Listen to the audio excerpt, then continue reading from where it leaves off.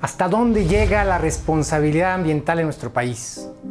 ¿Qué nos permite hacer la ley para adjudicar responsabilidades y tomar medidas que reparen, compensen o aminoren los efectos de daños como los que recientemente se han presentado en los ríos Sonora y Bacanuchi por residuos mineros? Estas y otras preguntas vamos a hacerle a nuestro invitado de hoy, Salvador Muñozuri, director del Centro de Estudios Jurídicos y Ambientales. Yo soy Carlos Muñoz Villarreal. Bienvenidos a Café de Altura. Nuestro invitado, Salvador Muñozuri Hernández, es licenciado en Derecho, egresado de la UNAM. Cursó una especialización en Derecho Internacional ahí mismo y un par de diplomados en Derecho Ambiental en el Colegio de Abogados de Madrid, España, y en el Instituto Tecnológico Autónomo de México. Ha sido en el pasado servidor público, legislador del Distrito Federal y diplomático del gobierno mexicano en Centroamérica, además de abogado postulante.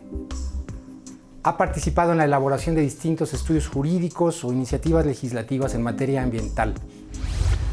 A fines de 2003 fundó el Centro de Estudios Jurídicos y Ambientales, CEJA, del cual es presidente y director general. Es también profesor de Derecho Ambiental en la UNAM y primer vicepresidente de la Academia Mexicana de Impacto Ambiental. Gracias por estar con nosotros, Salvador. Bienvenido. Mucho gusto, Carlos. Muchas gracias por la invitación. En 2013, y después de varios intentos, se aprobó finalmente en México una ley federal de responsabilidad ambiental que para muchos fue visto como uno de los grandes faltantes en la legislación mexicana. Por otro lado, recientemente hemos asistido a un evento lamentable que creo que todos los mexicanos conocemos mientras tanto, de un derrame en una empresa minera de Sonora que está causando daños en los ríos Sonora, Bacanuchi y zonas aledañas. Un desastre importante, un marco jurídico nuevo, 2013 todavía. ¿Tú dirías que el caso de Sonora es la prueba de fuego para ver si esa legislación es lo que necesitamos en el país? Bueno, a lo mejor es un poco difícil decir que es la prueba de fuego. Yo creo que es muy oportuno que se haya aprobado esta regulación el año pasado, como lo dices correctamente. En junio de este año cumple un año de vigencia la Ley Federal de Responsabilidad Ambiental. Su gestación fue compleja, fue larga, y bueno, pues viene a llenar un vacío. No existía un ordenamiento que de manera específica se abocara precisamente a regular la responsabilidad de las personas físicas o morales por daño al ambiente o a los ecosistemas. Eso no quiere decir que no existiera previamente responsabilidad administrativa, responsabilidad penal y responsabilidad civil. De hecho, siguen existiendo. Y la propia ley... No es supletoria, es complementaria. Exactamente. La propia ley establece con toda precisión que las sanciones y el procedimiento de responsabilidad ambiental es independiente de los procedimientos por responsabilidad administrativa que se imponen a través de la Profepa o de la Comisión Nacional del Agua, dependiendo del caso, o de la responsabilidad civil por daños patrimoniales a las personas, a sus bienes, y a la responsabilidad penal que se genere por los tipos penales establecidos en la legislación penal federal. ¿Qué es lo que específicamente se añade con la Ley Federal de Responsabilidad Ambiental? Bueno, pues precisamente viene a regular lo que el artículo 4 de la Constitución se reformó en 2012, en febrero de 2012, el artículo 4, en el sentido de que la ley, que es precisamente esta Ley Federal de Responsabilidad Ambiental, imputará o regulará a quien provoque daño al ambiente. Eso ya es materia de la propia Constitución, a partir de esa reforma de 2012, al artículo 4. Entonces, esta ley precisamente viene a regular lo que establece la Constitución, de que se impondrá sanciones a quien genere daño al ambiente. Ahora, hablando específicamente del caso de Sonora, un caso de magnitudes mayúsculas, con implicaciones que creo que todavía a estas alturas no sabemos exactamente hasta dónde llegan. ¿qué es lo que está permitiendo el marco jurídico centrado seguramente en esta nueva Ley Federal de Responsabilidad Ambiental y qué es lo que no permite? O sea, te lo pregunto de otra manera, ¿hasta dónde con el marco jurídico que tenemos ahora está pudiéndose descargar o asentar responsabilidades y que estas tengan realmente una respuesta razonable en un sentido ambiental, social? No hay que pasar por alto que esta ley establece un procedimiento jurisdiccional. Es decir, la autoridad administrativa, como es la Profepa, por supuesto que en el ejercicio de sus atribuciones y con base en la ley puede imponer sanciones administrativas. De hecho, están impuestas o está en ese proceso de imposición de sanciones. Suspensión temporal de actividades o cosas así. Así es, incluso multas, arrestos administrativos hasta por 36 horas, en fin. Pero el procedimiento a que se refiere la Ley Federal de Responsabilidad Ambiental se tiene que sustanciar ante un órgano jurisdiccional. Es decir, quien tendrá en su momento que imponer una sanción de hasta 600,000 días de salario mínimo, que es lo máximo que establece esta ley. 600,000 días de salario mínimo, que viene siendo ahorita aproximadamente 40 millones de pesos, ¿no? Poco más, poco menos. Pero bueno, una sanción de 40 millones de pesos para un daño de esta magnitud, pues resulta verdaderamente irrisorio.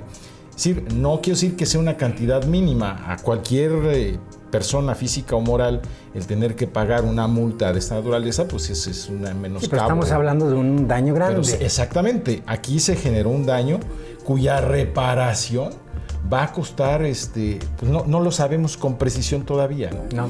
Además, la ley permite lo que cabría a lo mejor compartir con la gente, lo que se puede reparar. Hay cosas que no se pueden reparar, ¿no? De acuerdo. Pero además esa reparación a que nos estamos refiriendo, o para los efectos de esa reparación, la ley prevé la posibilidad de la constitución de un fondo para que se lleve a cabo esa reparación del daño. Y ese es precisamente el fondo que se estableció con 2,000 millones de pesos para esta empresa responsable del daño, para que se vayan llevando a cabo estos procesos de reparación. Porque la ley dice reparar íntegramente si es posible o en la medida que se pueda y si no compensar. Entonces, digamos, la responsabilidad de reparar de ninguna manera puede quedar a un lado, ¿no? Por supuesto que no. Ahí hay responsabilidad de reparar el daño. Como lo dices, cuando se puede reparar. En este caso, bueno, pues habrá que hacer el análisis de hasta dónde se puede reparar. Sí. Es un daño que se generó a las aguas. Es un daño que también va a repercutir en la agricultura. La ganadería, poblaciones circunvecinas. Pero ahí ya podríamos estar hablando también de responsabilidad civil por daño patrimonial. Finalmente, la agricultura... Por ejemplo, a los dueños de los predios o de las zonas de agricultura. Exactamente. Ajá. Los agricultores o ganaderos o ejidatarios cuya actividad preponderante es precisamente estas actividades agropecuarias, pues van a sufrir un menoscabo porque están perdiendo cosechas, porque están perdiendo ganado, porque se envenenó el ganado mismo al beber este tipo de agua que está contaminada. En fin, entonces ese es otro daño patrimonial. Igual que el caso de daños a la salud, me imagino, ¿no? Así es. Daños a personas por problemas del agua. Así es. Okay. Estamos hablando de actividades altamente riesgosas, previstas tanto en la ley administrativa como en el Código Penal y, por supuesto, en esta nueva Ley Federal de Responsabilidad Ambiental. Ahora, para esa reparación no hay un límite. Pues el límite será precisamente la reparación misma, el costo de la reparación que tenga el daño, ¿no? ¿Cuánto? Bueno, los técnicos están estudiando precisamente hasta dónde va a llegar este daño. A lo mejor con los mismos 2,000 millones de pesos no alcanza para cubrir Pero la ley ahí no establece un máximo. No establece un máximo.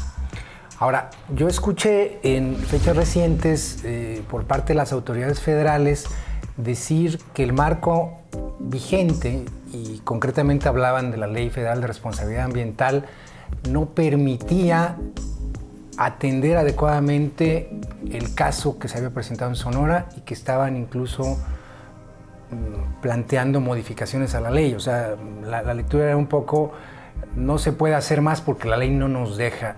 ¿Tú estás de acuerdo con eso? Bueno, todo el procedimiento regulatorio ambiental ha sido un proceso paulatino. Como lo decíamos al principio, esta ley viene en efecto a llenar un hueco que no existía. Es decir, que no existía una regulación específica, ¿no? Había un hueco. Sí. Y claro, es un ordenamiento que es perfectible. Yo creo que los alcances que tiene la ley para atender el caso son pertinentes. A lo mejor la experiencia que nos va a dejar a la postre la atención a este daño que generó la empresa minera, pues nos va a permitir advertir ciertos vacíos o ciertas necesidades de revisar y reformar en su caso esta ley. Existe el propósito de revisar toda la legislación ambiental en general. Se habla también de la posible codificación de la legislación ambiental en un solo cuerpo jurídico. Sí, se dice que ya está muy dispersa, ¿no? Sí, y precisamente la creación de la legislación, la LEGEPA desde el 88, luego se reforma muy profundamente en 96, casi es una nueva ley. Vida silvestre en el 2000, desarrollo forestal en el 2008, aguas nacionales se reformó también en el 2003, si no mal recuerdo, por ahí. Hay una nueva ley de residuos después de eso. Residuos en 2005, cambio climático más adelante, y luego esta Ley Federal de Responsabilidad Ambiental, además de una serie de reformas a otras leyes que, si bien no son sustantivamente ambientales, pues sí tienen una gran carga ambiental, como es la ley minera, como es la ley de transición energética. La de transición energética. Ahora con la reforma energética, pues obviamente el tema ambiental está y debe estar presente.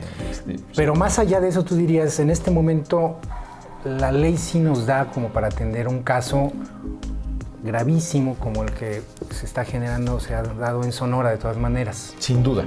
Yo creo que ha sido muy oportuno el que tenga aunque sea escasa vigencia esta ley, pero que tengamos un marco regulatorio para poder atender este asunto con un mejor marco jurídico. ¿Tú identificarías ahí todavía algún eslabón, digamos, hablando de responsabilidad ambiental, que fuera necesario afinar o complementar? Seguramente, como dices, el mismo caso de Sonora nos va a dejar lecciones, pero a lo mejor independientemente de eso se han identificado ya. ¿Tú ves ahí, digamos, todavía un agujero, una precisión, una actualización que hubiera que hacer, aunque sea nueva la ley? Pues quizá habría que hacer algún análisis un poco más acabado. Hay varias cosas que requerirían revisarse. El tema por ejemplo, del estado base, ¿no? Que genera ahí mucha... O sea, el punto de partida, ¿no? Así es. Como estaba antes. Exacto, o sea, llegar al estado base, como que decir, bueno, estado base, es a veces imposible llegar a ese estado base, ¿no? Habría que a lo mejor hacer algunos análisis previos a una reforma eventualmente que pueda tener la ley, y ahí sí yo creo que valdría la pena convocar pues a los interesados, a la sociedad civil, a los consultores ambientales, desde luego a la autoridad misma ambiental, a los legisladores, académicos, etcétera, para discutir sobre los alcances de algunos términos de la ley que pues generan imprecisiones o dudas, ¿no?, en cuanto a su aplicación. Yo creo que la ley es perfectible. No obstante, como está, insisto, creo que es un buen marco para poder atender este caso específicamente. Ahora, el tema de la responsabilidad ambiental, digamos, yo creo que tendríamos que verlo en un sentido más amplio. En muchos de los países que tienen una legislación, digamos, bien encaminado de tiempo atrás en materia ambiental, en realidad una parte importante está centrada en prevenir la parte de eventuales daños. Correcto. Yo diría que en general se sabe, pues siempre es mejor prevenir que atender, aún si lo puedes atender muy bien, porque sabemos 100% es difícil que se evite el daño. Si hay un incendio provocado, por ejemplo, aún si le dejas sentir a los responsables la necesidad de reparar, si es que se puede, o compensar, el bosque no va a estar ahí inmediatamente y después de 15, 20 años a lo mejor no es el mismo de antes, ¿no? Claro. Y sabemos en general que cuesta más reparar que prevenir. Pensando en esos términos, ¿qué tanto sirve la legislación que tenemos actualmente? Estoy pensando sobre todo en la Ley Federal de Responsabilidad Ambiental, pero probablemente tendríamos que verlo también en relación a la Ley General del Equilibrio Ecológico y la Protección del Ambiente u otros de los ordenamientos. ¿Qué tanto nos sirve la legislación para desincentivar omisiones o, digamos, para prevenir daños al ambiente? Yo creo que es también oportuno revisar esta legislación que tenemos. Hay instrumentos de política ambiental preventivos por excelencia, como la evaluación del impacto ambiental, ¿no? Claro. Claro, toda actividad humana, obras no solamente obras, sino proyectos en general, acciones, pues, sí. Actividades productivas. Así es, que van a generar un impacto al ambiente que va a ser significativo. A lo mejor no sería jurídicamente correcto decir un daño. ¿Por qué no es un daño? Es un impacto significativo al ambiente. Va a haber una modificación significativa a un ecosistema, pero se prevé precisamente hasta dónde va a llegar esa modificación significativa a través del instrumento de evaluación de impacto ambiental. Y ahí se proponen una serie de medidas de mitigación o de compensación. ¿Por qué? Porque a lo mejor sí va a haber una deforestación, porque va a haber un desplazamiento de especies, porque va a haber una modificación al ecosistema en general, pero el mismo instrumento permite que se lleve a cabo esa obra o actividad siempre y cuando estén totalmente mesurables las modificaciones que se van a dar, y además se van a imponer una serie de condiciones para que se lleve a cabo esa obra o actividad a través de medidas compensatorias. Por ejemplo, si se va a deforestar, bueno, se va a deforestar en esta área, pero como medida de compensación se va a forestar otra área en otro lugar. Bueno, pero ahí mismo hay, con respecto a esto, por ejemplo, hay grupos muy críticos que dicen no es lo mismo en un sitio que en el otro, y por ejemplo el caso de manglares se ha referido mucho. Puedes quitar los manglares para construir un proyecto hotelero en la costa y decir que los vas a poner en otro lado, pero realmente la función que cubrían esos manglares en la zona que los tenías era muy distinta que si los pones en otro lado, ¿no? Sí, pero aquí en el caso específico del manglar no hay forma. El artículo 60 ter de la Ley General de Vida Silvestre es absolutamente claro en el sentido de que no hay ninguna posibilidad de remoción de los manglares, de los ecosistemas manglares. No hay forma. Tú dirías, entonces por ese lado estamos bien cubiertos. Sin ninguna duda. Los casos que requieren otro tipo de exigencia los tienen. La única posibilidad que existe hoy de remoción de manglar es los permisos vigentes que puedan existir antes de la reforma al 60 ter de la Ley de Vida Silvestre, que fue en 2006 o 2007, uno de esos 2 años. Sí. Si hay permisos vigentes que permiten la remoción de manglar, como seguramente los hay, se puede llevar a cabo. Fuera de ahí, no, es imposible, mientras esté redactado como tal el artículo 60 ter de la Ley de Vida Silvestre. No se puede llevar a cabo ninguna obra o actividad en los ecosistemas. Por ese lado, y en otros casos sí se puede. Finalmente estamos cerrando. ¿Alguna modificación, alguna mejora que tú veas en el horizonte cercano en materia de derecho ambiental, fundamentalmente en este tenor, ¿no?, de la atención por parte de los responsables o la prevención de los daños, que es, digamos, la perspectiva que creo que más nos podría interesar en un sentido amplio de sustentabilidad? Bueno, yo creo que la la armonización... O sea, hacer un código. Hacer un código ambiental. Sí. A lo mejor la Ley General del Equilibrio Ecológico y Protección al Ambiente, la de Vida Silvestre, la Ley General de Desarrollo Forestal Sustentable, Ley General para la Prevención y Gestión Integral de los Residuos y Ley General de Cambio Climático en un solo ordenamiento. Habría que evaluar si metemos o no responsabilidad ambiental ahí, porque esto regula precisamente otras cosas. También habría que analizar desde el punto de vista de homologación de los delitos contra el ambiente, sobre todo en materia o en el fuero común, porque resulta que se ha advertido que las penas que establecen los diferentes códigos penales son diametralmente opuestas a veces, ¿no?